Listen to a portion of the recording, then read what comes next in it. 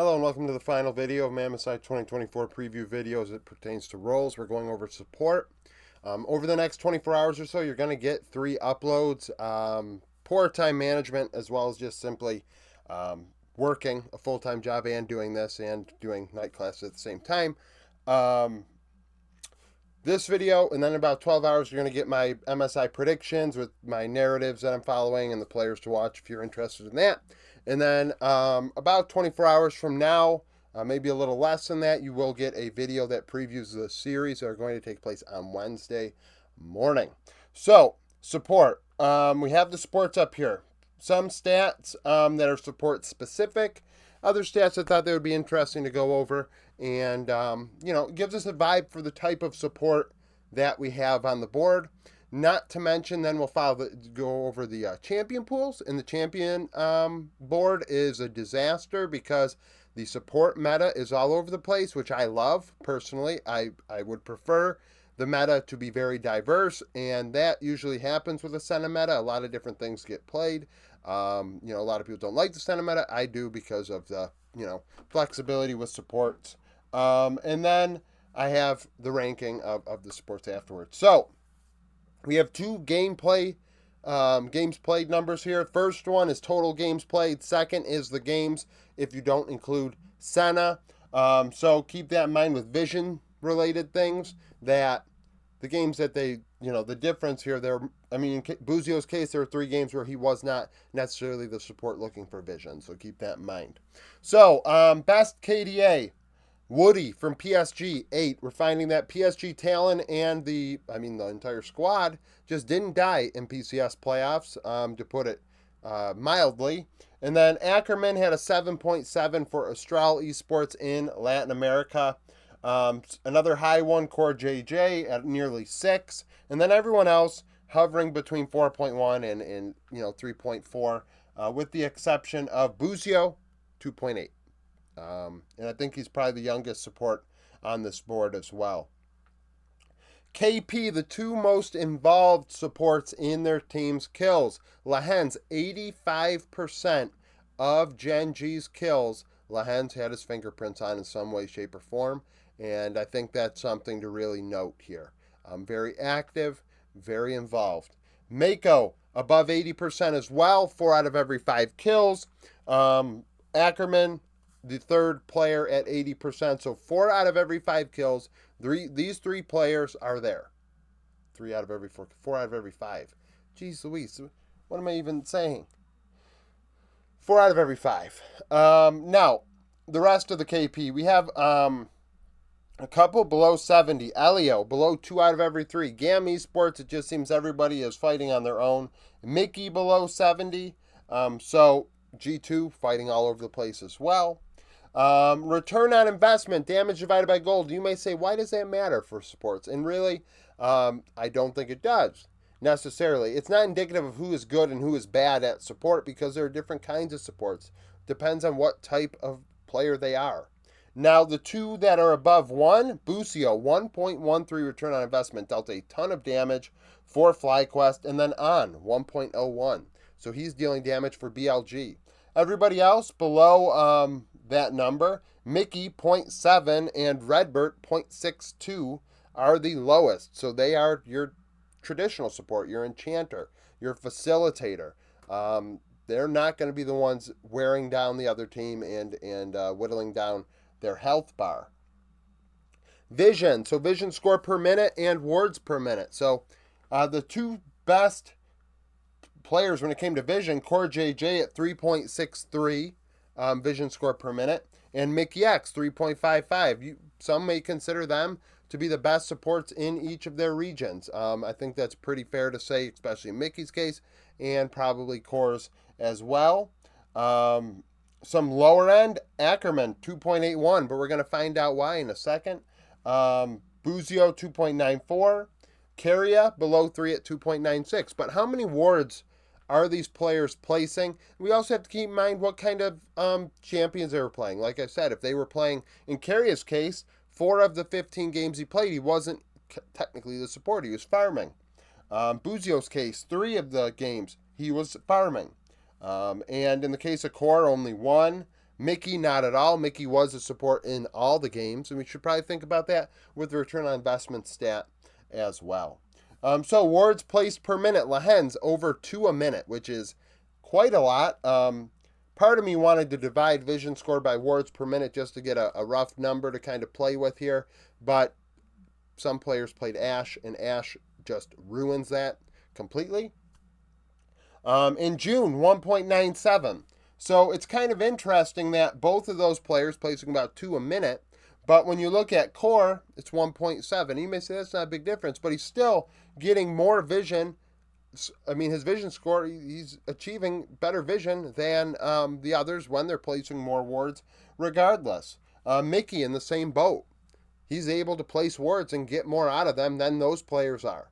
And we'll look at the champion part and kind of think about this. Did Core play Ash? Did Mickey play Ash? If neither did, then they're placing some pretty good vision, and that's experience.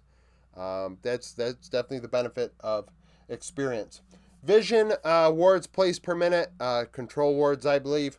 So 0.6, Lehens placing 3 control wards every 5 minutes. And then Elio just slightly 1 every other minute. Lower end, who's not placing control wards? Buzio, 1 every 3 minutes. And then you have Redbert and Ackerman, 2 every 5. Wards cleared per minute is a kind of a weird stat because theoretically you want your 80 carry to be the one clearing the ward because they get the gold. I believe that's how that works, right? So that's a thing. Core JJ, 0.57. So 3 out of every 5, roughly. 3 out of every 5 minutes, he's clearing a ward. And Elio as well. So Elio placing the most wards and then clearing the most wards makes sense when it comes to control versus clearing. And then Core, I mean, just continues to be efficient and taking the wards, if you will. Lower end, Lehens, 0.3. So he's placing all those control wards but not clearing them himself. Pays must be doing most of that. And Redbert, 0.29, which is very, very low. So Root must be getting the majority of those as well. So that's it for the stats. Now on to the champion pools. Okay, now for the champion pools. You see this board's full. It's messy. That's because we had literally so many different support picks. I had to take a handful of them, put them on the stats board where there weren't stats for the LPL, vision score per minute, and then transfer it back because I wasn't going to remember and then go through all the damn pages of all the players on the internet. So, some common picks here. Nautilus played by everybody but On. That's something to note because it was a champion that ended up being in the way that I had to move. So Nautilus was not played by On, which could be ban related, might very well be. Most played for Lehens, Core JJ, Buzio, and Elio, as well as Ackerman. So a very common pick by a lot of supports. Some other common picks, we have Renata picked by about half the supports here, and it was the most played for June. Rakan is played by 8 of the supports here. Notably, Lehens not playing it, and Mickey not playing it as well. Nami played by 6 players. Most played by the pair of LPL supports in On and Mako. So very common pick for the East because Lehens and Carry are on there, as well as the 2 LEC support. So it does get to the West, but we do know Western Lucian is not nearly as good as Eastern Lucian. So in the case of Han Sama, that is a thing. Other common picks here. Oh, Woody, Elio, Redbert, and everybody. Jeez, everybody but the LCS played Lucian, Nami. Redbird also played Nami. This board's so messy, it's hard for me to follow. Alistar, most played by Woody. On and Mako played it as well. June and Redbird. Tom Kench, a common pick for 8 of the supports here. On did not play it. Carria did not play it. Nico played by a handful. On, Carria, June, Woody, Elio. What else do we have here? Some weird picks. Senna was played by Ackerman. No one else played Senna. Ash, Mako, June, Core JJ, Buzio. Core JJ, we talked about that before, about the vision score. That did help him. Orn and Callista, both played by On. Carria also played On. Carria also played Orn. Lux, played by On. They tried Caitlin Lux. I think that went very poorly for BLG, if I recall correctly. Pike, played by Buzio. Elio. Karma, played by Buzio. Thresh, played by Mako. Carria. Mickey, it was Mickey's most played. Braum was played by Woody. Leona, Mako. Redbert. Vigar, Elio. Just kind of throwing champions out here, and you think to yourself, oh, I didn't see that in my region. I wonder if it worked. Just think about. Maybe it's a pick that we see at this event. Depending on what the meta ends up having for us. Lulu, played by Lahens, Carria, Core JJ, Mickey, and June. Rumble, played by quite a few people here. Camille, played by On and Carria. Carria also played Scion. Blitzcrank, played by the pair of LEC supports. Sejuani, most played for Carria, and the only player that played that champion. Poppy, also played by Carria. Annie, played by Lahens. Tarek and Zyra, played by Core JJ. Just a lot of champions here. And a lot of champions you probably didn't see because, hell, there's only one person playing it at this event, so maybe it was regional meta or not, I don't know. When you see things like Braum or even Leona for Mako Redbird, I mean, that's two separate ends of the spectrum. So let's just rank these guys now based on some stats, thinking about their champion pools, how we've watched them play this season, even seasons past. So 12th is going to be Redbird because the CB LOL fans have pretty much just screamed the entire time that Redbird is not very good. So I'm going to take their word for it because when you have like hundreds of them say it, you kind of just got to listen and say, you know what, I'm going to just, go with that. 11th, I'm going to go with Elio because Elio, Gam are a mess. And, I mean, unfortunately for Elio, because he was on the team prior, I mean, he's not one of the players that was involved in that scandal, right? So he lost his 80 carry. I think Paishiro was his 80 carry prior to this season as well. So that's unfortunate for him. Keep in mind the rankings on this board here are from the Discord. It was a mixed group. I think even Lahens may have gotten a first place vote. Carria definitely did, Mako and On as well. So after that, we have, I'm going to go Ackerman 10th, just following this board here. The thing is, Ackerman's also a very young player. He's been to international events before, but I don't really want to put him above Busio, although Busio does have some struggling statistics. And one thing that I do like about Busio, though, is that champion pool. And that's a tough thing that I'm having because I definitely have some high hopes for Busio long term.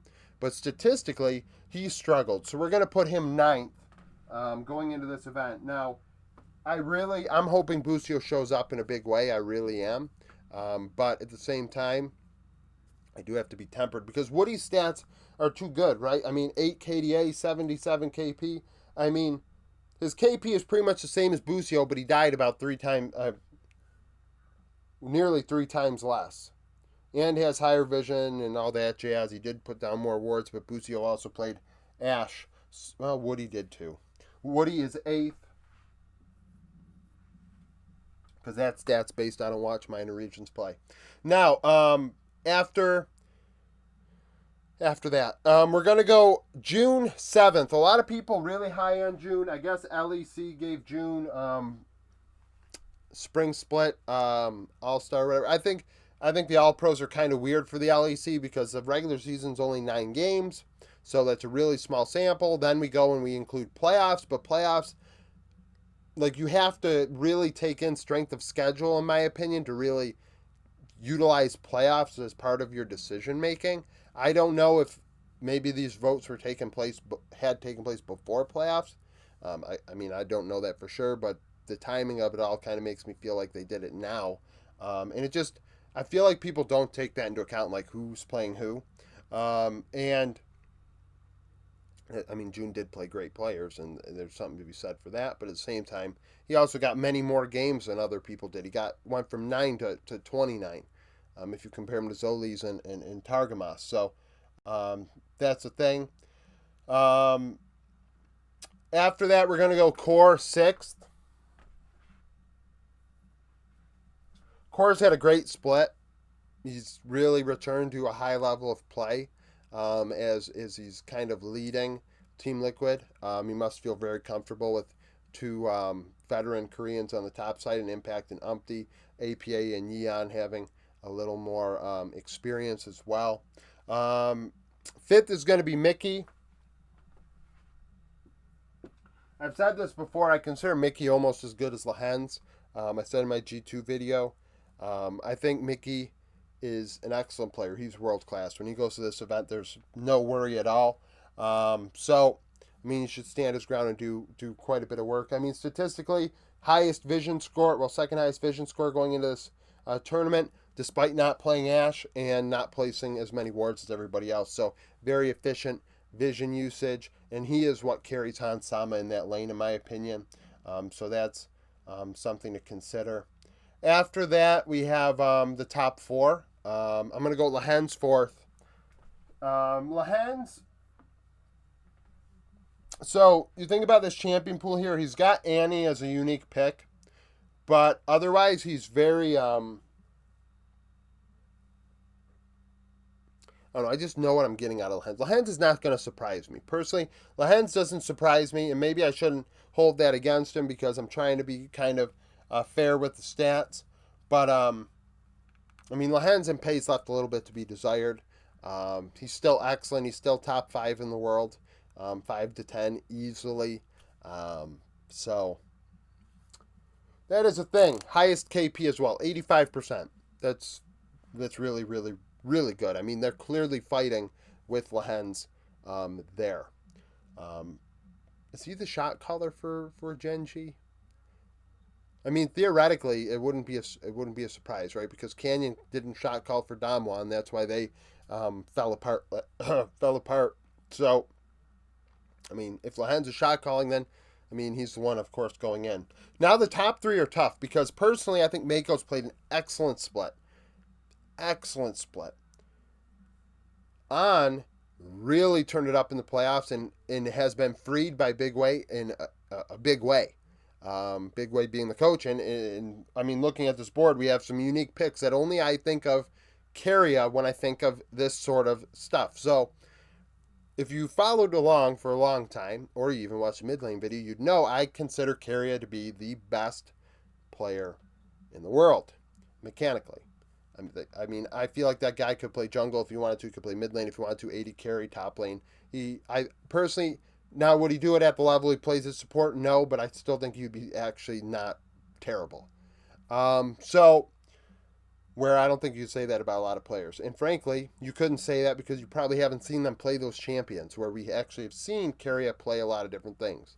And the willingness to do that is massive. Like the cojones on Carrier, just it's a whole nother level. But On is starting to show that, and I'm really respecting that.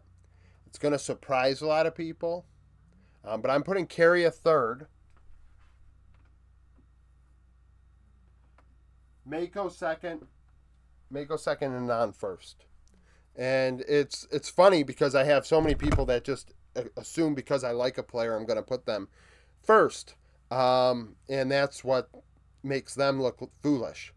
Because Carrier is still the most mechanically gifted player in the world. But On is playing with some serious cojones. And I'm going to give him credit. He's playing excellent alongside Elk. They're doing a great job. Guma Carrier are doing a great job as well. But I think Mako has played an excellent split and played excellent for quite a while here.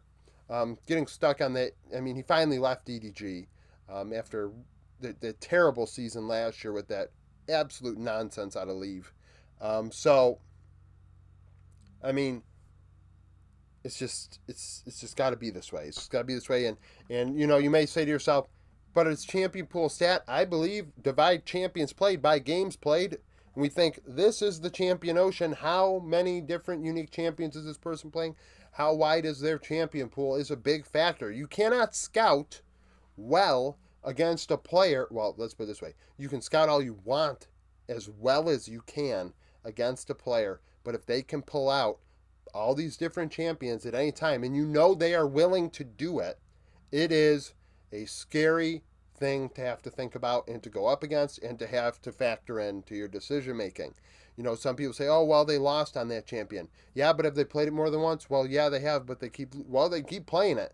Now, you may respect it and say, I mean, disrespect it and say, "Oh, well, they're not going to win on it."